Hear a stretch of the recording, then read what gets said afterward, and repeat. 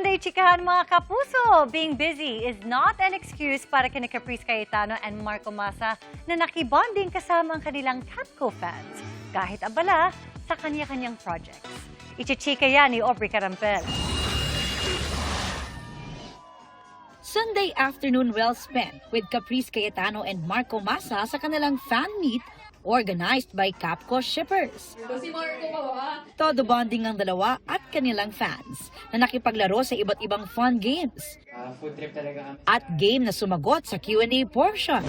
Hindi rin nawala ang kilig sa acting challenge kung saan ipinakita ni na Caprice at Marco ang kanilang husay sa pag-arte. Huwag kang pabiktim dahil hindi ikaw yung biktima. Zoe, I'm sorry.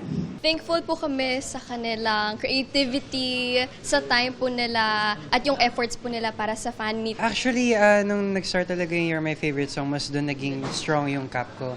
And I'm just really grateful and happy and thankful na nakagawa sila ng setup na ganito for us.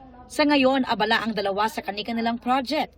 Si Caprice sa GMA Afternoon Prime series na A Million Dreams, kung saan ginagampanan niya ang role ni Eunice, isang pre-law student. Aside from heavy memorization ng kanyang lines, happy si Caprice na balik siya sa paggawa ng drama. Medyo iba po talaga siya sa mga characters na nagampanan ko po. So si Eunice magpiprilo, tapos very on the go lang po siya, hindi po siya masyadong nag-aayos kasi mas focused po siya sa mga goals niya.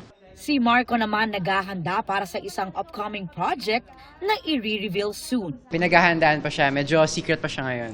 Aubrey Carampel, updated sa showbiz happening.